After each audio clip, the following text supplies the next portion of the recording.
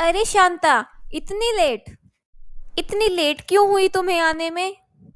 अरे मेम साहब, वो मेरे पति को खाना देने जाना पड़ा फैक्ट्री में, इसलिए मुझे देर हो गई। आगे से ऐसा नहीं होगा। चलो ठीक है, रसोई में बर्तन पड़े हैं, वो जाकर साफ कर लो। जी मेम साहब। शांता रसोई घर में जाकर बर्तन साफ करने लग जाती है। तभी उसकी नजर वहां रखे कचरे के डब्बे पर पड़ती है।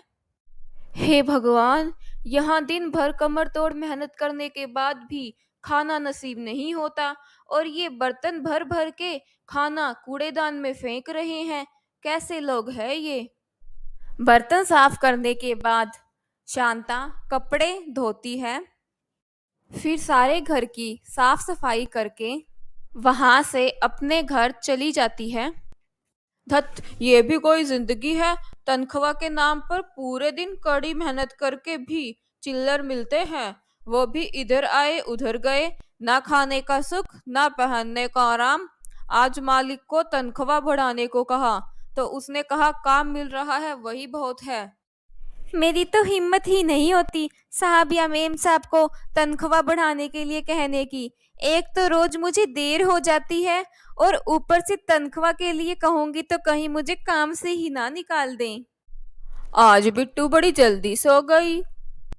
सुबह से ही दूध की रट लगा रखी थी। अब इस महंगाई में दूध कहाँ से लेकर आऊं? तो मैंने पानी में चावल का आटा मिलाकर इसको पिला दिया। इसने पीते ही उगल दिया, और मेरा गुस्से में हाथ उठ गया, तो रोते रोते सो गई। ये बात सुनकर भोलू की आंखें नम हो जाती है। यह भी क्या जिंदगी, जिसमें मेरे जीते जी मेरी बच्ची को दूध के लिए तरसना पड़े। कुछ दिनों बाद, देख शांता, ये तेरा रोज रोज का ड्रामा नहीं चलेगा। कभी तेरी बेटी बीमार हो जाती है, तो कभी तेरे पति को तुझे खाना देने जाना होता है, और आज तू कह रही है कि तेरे पति को फैक्ट्री में चोट लग गई है, इसलिए तू लेट हो गई है।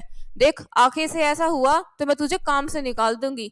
अब खड़ी खड़ी मेरा मुंह क्या देख रही है? जा, जाकर, इतना सारा काम पड़ा है, जाकर काम कर। शांता चुपचाप अपने काम में लग जाती है।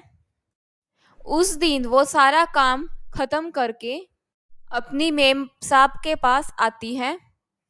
मेम साहब, आप ये जो खाना कचरे के डिब्बे में फेंक देते हो, ऐसा मत किया करो। ये खाना आप मुझे दे दिया करो, और ये खाना वेस्ट भी नहीं होगा। मैं अपने घर ले जाया करूंगी और मेरे काम आ जाएगा ये। मेम साहब, ठीक है, कल से मैं वो खाना किचन के स्लैब पे ही रख दिया करूंगी, तुम वहां से ले जाया करना। इसके बाद शांता हर रोज बचा हुआ खाना बांध कर ले जाती थी। एक दिन फ्लैट में पति पत्नी दोनों बैठे होते हैं। तभी शांता बचा हुआ खाना बांधकर वहां से निकल जाती है। ये नौकरानी रोज रोज क्या लेकर जाती है? कचरे के डिब्बे में जो हर रोज खाना फेंकते थे, इसने कहा कि वो बचा हुआ खाना मैं ले जाया करूंगी, तो मैंने कहा ठीक है। मुझे तो कोई और ही चक्कर लगता है। कहीं ये खाने की आड़ में घर का कीमती सामान तो नहीं चुरा के ले जाती है? नहीं जी, ये ऐसी नहीं है। और कुछ हो ना हो, लेकिन ये ईमानदार जरूर है। तुम्हें क्या पता ऐसे लोगों का? ये लोग हमारे घर का छोटा छोटा कीमती सामान भी तो चुरा कर ले जा सकते हैं। आखिर हमारे घर में छोटे छोटे कीमती सामान भी तो कितने हैं। हाँ जी, ये तो मैंने सोचा ही नहीं। अब क्या किया जाए? अगले दिन, सब काम हो गया है मेम साहब, अब मैं चलती हूँ। दोनों पति पत्नी वहां बैठे हुए थे। उन्होंने आंखों आंखों में इशारा किया और शांता के पीछे पीछे चल दिए। शांता अपने घर आ जाती है। आ गई तुम? सुबह से मैंने और बिट्टू ने कुछ भी नहीं खाया है, अब जल्दी से हमें खाना खिला दो। शांता पोटली में से खाना निकालकर प्लेट्स में डालती है, और अपने हाथ से भोलू और बिट्टू को खाना खिलाती है। भोलू के हाथ में पट्टी बंधी हुई थी, इसलिए वो अपने हाथ से खाना भी नहीं खा सकता था।